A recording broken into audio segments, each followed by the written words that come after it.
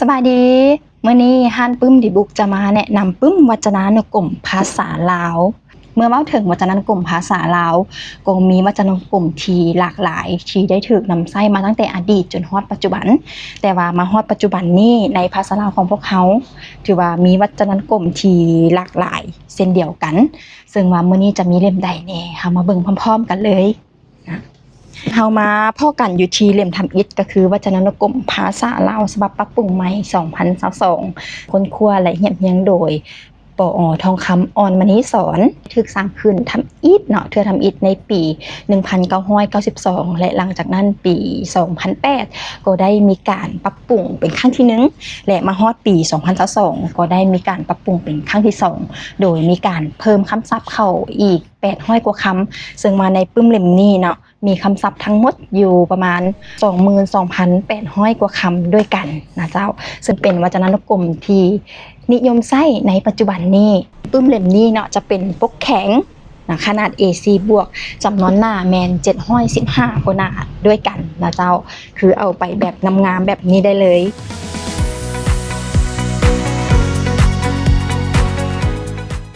และมาพบกับวจนานุกรมเล่มที่2กันเลยวจนานุกรมภาษาลาวแปลลาวฉบับปรับปรุงใหม่ครั้งที่2พิมพ์ปี2018โดยสีเวียงแขกก่อนในวงซึ่งว่าวจนานุกรมเล่มนี้เนาะจะเป็นเล่มน้อยปกอ่อนเป็นฉบับพกพาสามารถพกพาไปใส่ได้ง่ายสะดวกถึงว่าจะเล่มน้อยแต่ว่าคำศัพท์หลายถึง 31,500 กว่าคำส่วนว่าจำนวนหน้าแมน 1,427 กว่าหน้าเอาไปแบบจุๆกันเลยเนาะทั้งน้อยพกพาง่ายคำศัพท์หลายถือว่าสายค้นคว้าภาษาลาวแมนเล่มนี้จะค่อนข้างเหมาะ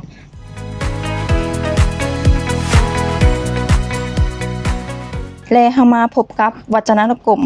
สำนวนลาวเล่มนี้ถูกค้นคว้าและเรียบเรียงโดยบุญทวีกรมพันธ์ซึ่งปึ้มเล่มนี้จะรวบรวมเอาบรรดาคำศัพท์สำนวนลาวต่างๆพร้อมด้วยมีคำอธิบายและตัวอย่างประกอบเล็กน้อยนะปึ้มเล่มนี้ถูกจัดพิมพ์ข้างทำอิฐในปี2020จำนวนหน้าแมน543หน้าปกอ่อนขนาด A5 ถือว่าสำหรับท่านใดที่กำลังค้นคว้าเกี่ยวกับภาษาลาวหรือสำนวนลาวปึ้มเล่มนี้ถือว่าตอบโจทย์อย่างแน่นอน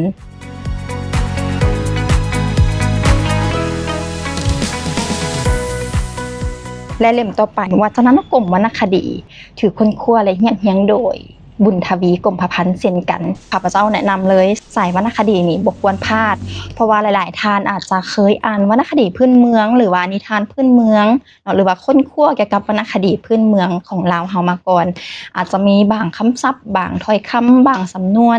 ที่มันอาจจะแปลกหูแปลกตาหรือว่าบ่คุ้นหูคุ้นตาเนาะซึ่งว่ามันเป็นภาษาในวรรณคดีนั่นเองประธานบุญทวีกรมพันธ์เนาะเพิ่นได้ฮิบโฮมและเรียบเรียงหนังสือเล่มนี้ขึ้นมาเพื่อตอบโจทย์ให้กับสายวรรณคดีนั่นเองซึ่งปึ้มเล่มนี้จะเป็นปกแข็งเนาะจำนวนหน้าแมน825กว่าหน้าถือว่าเอาไปแบบงามๆกันเลยพิมพ์ข้างทำอิฐแมนในปี2023ซึ่งหากับพิมพ์ใน2ปีที่ผ่านมานี่เอง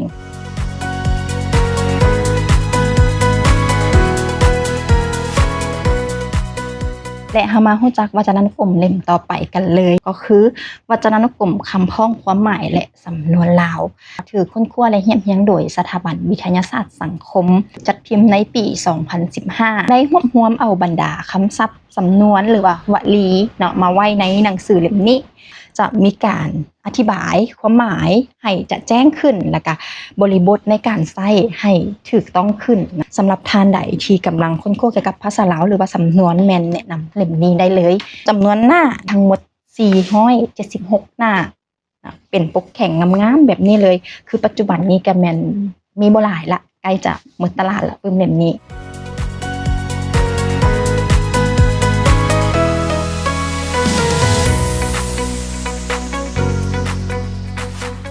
เล่มต่อมา เฮามาพบกับปึ้มประมวลคำศัพท์ภาษาลาวมื้อละคำ2 คำโดยหสแสงฟ้าโหรานุภาพซึ่งปึ้มเล่มนี้ก็มีความคล้ายคลึงกันกับปึ้มคำพ้องความหมายและสำนวนลาวอยู่แต่ว่าในส่วนที่แตกต่างออกไปนั่นก็คือบรรดาคำศัพท์สำนวนวลี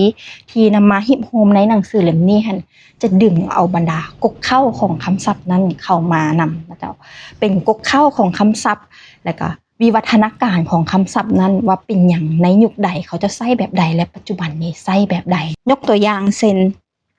คำว่าก่อที่มีแต่สระโอ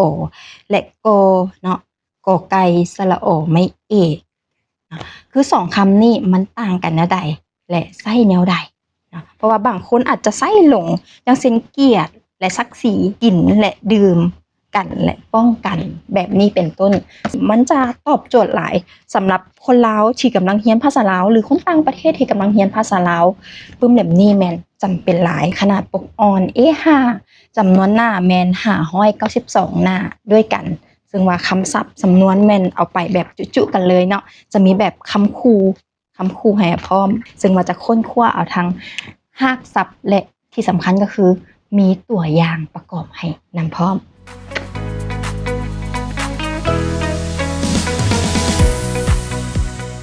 มาฮอดเล่มสุดท้ายวัจนานุกรมศัพท์วรรณคดีบูหารโดยปอ.ไพวันมาลาวงศ์หากับพิมพ์แล้วในปี 2025 นี่เป็นปึ้มที่ค่อนข้างว่าใหญ่และก็หนักเนาะน้ำหนักโดยรวมแล้วแม่น4 กิโลปลายกว่าถือว่าเป็นเล่มที่พิเศษหลายดังที่เฮาฮู้แล้วว่าพระอาจารย์ไพวันมาลาวงศ์หรือว่าสายญาลูกดอนกระเด็นนักกวีซีไรต์และนักค้นคว้าเกี่ยวกับภาษาวรรณคดีที่เพิ่นได้หิมโฮมปึ้มเล่มนี้มาเป็นระยะเวลา15 กว่าปีตั้งแต่ปี 2015 ปี 2025 จึงจะได้ปึ้มวัจนานุกรมเพื่อเป็นทรัพย์สินของชาติเนาะไว้ให้บรรดาคนรุ่นหลังไว้ศึกษา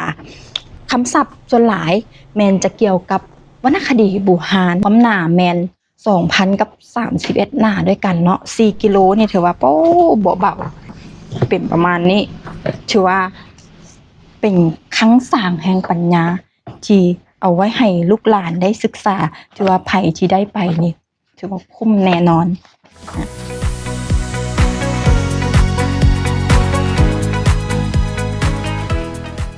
เจ้าและนี่ก็เป็นวัจนานุกรมภาษาลาวที่ยังมีวางจำหน่ายและนำใช้ในปัจจุบันหากว่าทานใดที่กำลังค้นคว้าเกี่ยวกับภาษาลาวหรือว่าเรียนภาษาวรรณคดีหรือภาษาลาวสามารถเข้ามาเบิ่งอยู่ที่ห้านปึ้มดิบุกได้เลยห้านตั้งอยู่บ้านผาขาวเมืองไซธานีนครหลวงเวียงจันทน์ห้านเปิดทุกๆวันจันทร์หาวันอาทิตย์วันจันทร์หาเสาร์เปิดตั้งแต่เวลา 8:00 หา 20:00 ด้วยกันและวันอาทิตย์เปิดตั้งแต่ 8:00 หา 17:00 ถ้าใครได้ไก่ไปไก่มาอย่าลืมมาแวะหาห้านปึ้มดิบุกเด้อบ๊ายบาย